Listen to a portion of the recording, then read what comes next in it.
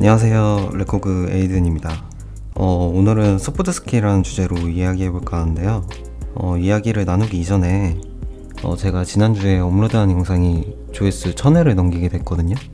사실 영상을 처음 올렸을 때 기껏 올라왔자 많으면 200~300회 정도로 예상하고 있었는데 제 기준에서 굉장한 결과를 얻은 것 같아서 여러분께 감사드린다는 인사를 먼저 드리고 이야기를 시작해 보겠습니다. 정말 감사드리고요. 혹시 구독을 아직 누르지 않으셨다면 구독 꼭 눌러주시고 취소는 다음 생에 부탁드릴게요. 자, 오늘의 주제는 소프트 스킬인데요.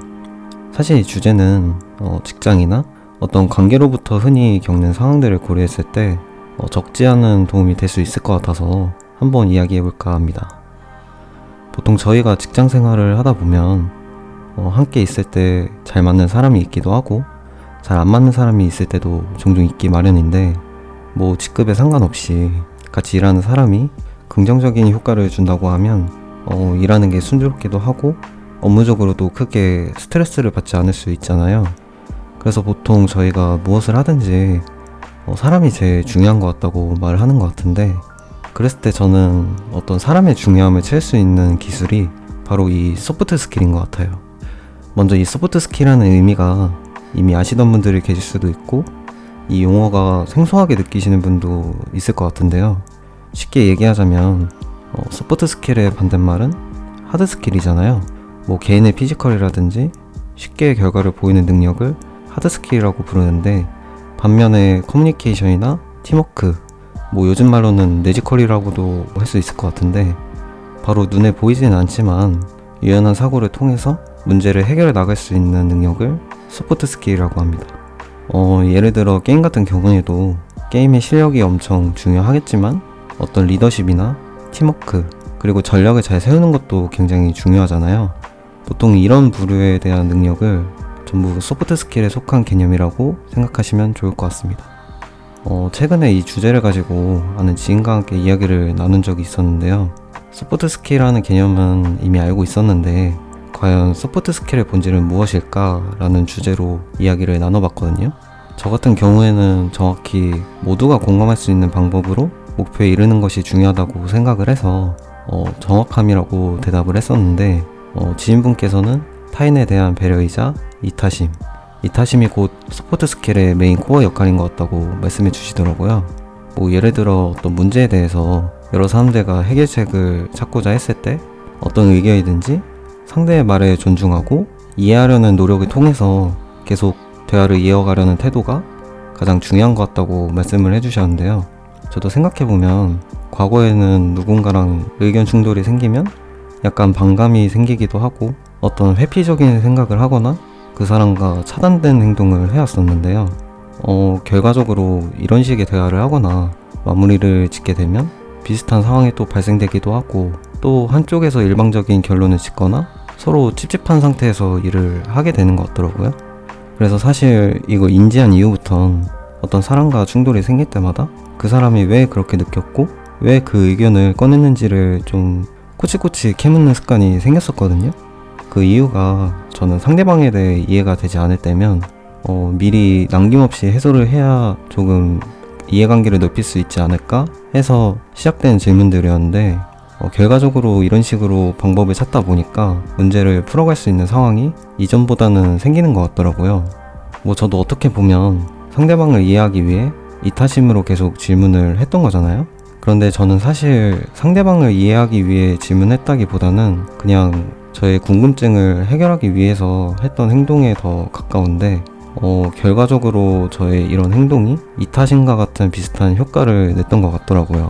그래서 저는 어떤 의견 충돌이 생길 때마다 정말 수많은 질문과 성실한 대답이 중요하다고 생각을 해서 그 부분에 집중을 했던 것 같아요.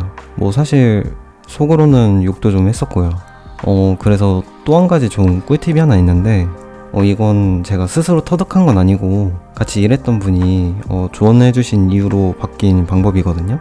그 내용이 뭐냐면 항상 의사소통을 할 때에는 근거 기반으로 소통을 해야 된다 라는 말이었는데, 이게 처음에 들었을 때는 어떤 의사결정을 하든지 설득력이 있어야 되니까 그에 걸맞는 논리가 필요하기 때문에 그렇게 말씀하신 건 줄 알았었는데, 다시 생각해보면 근거 기준으로 대화했던 방법들이 서로 기분도 상하지 않고 가장 담백하게 대화할 수 있는 방법이었더라고요. 사실 무슨 얘기를 하든지 근거가 없으면 그냥 내 말이 맞아 식으로밖에 되지 않잖아요.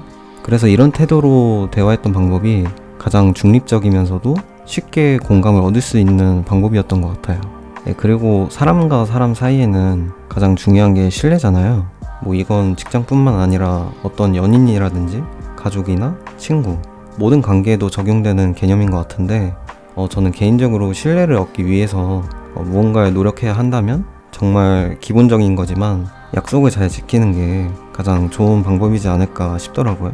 이게 사실 약속을 지키고자 하는 노력이 결국 책임감이기도 하니까 약속을 얼마나 잘 지켰는지에 따라 자신의 신뢰를 증명할 수 있는 방법인 것 같은데, 실제로 제 주변에서 이런 신뢰가 엄청 높은 분이 계셨었거든요.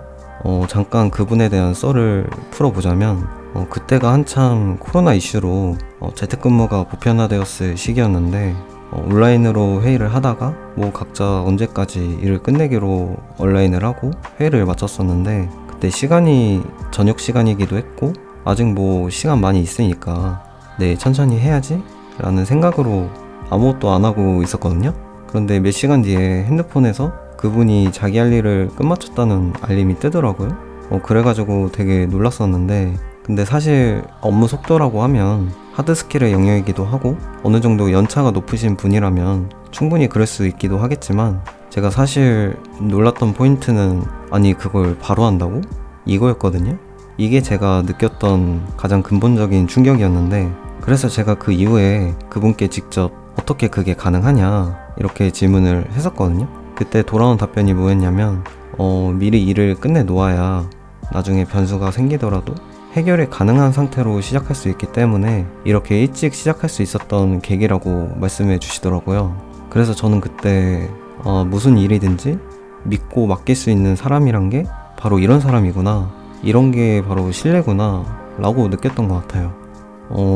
이렇듯 저희가 살다 보면 어떤 관계로부터 얻은 경험으로 배우기도 하고 여러 가지 많은 고민을 하며 지내잖아요.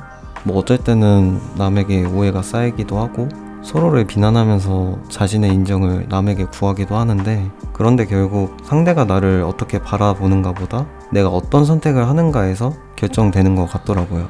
그래서 내가 어떤 태도로 응답을 하느냐, 이만큼은 사실 저희의 영역이고 저희의 선택이잖아요.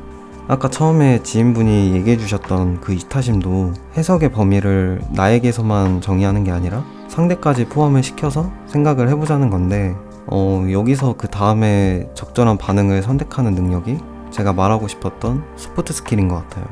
그래서 여러분들도 앞으로 어떤 갈등이나 문제를 경험하시게 된다면 꼭 이 소프트 스킬이라는 단어를 먼저 떠올리시고 나만의 해결책을 한번 강구해보는 경험을 해보셨으면 해요.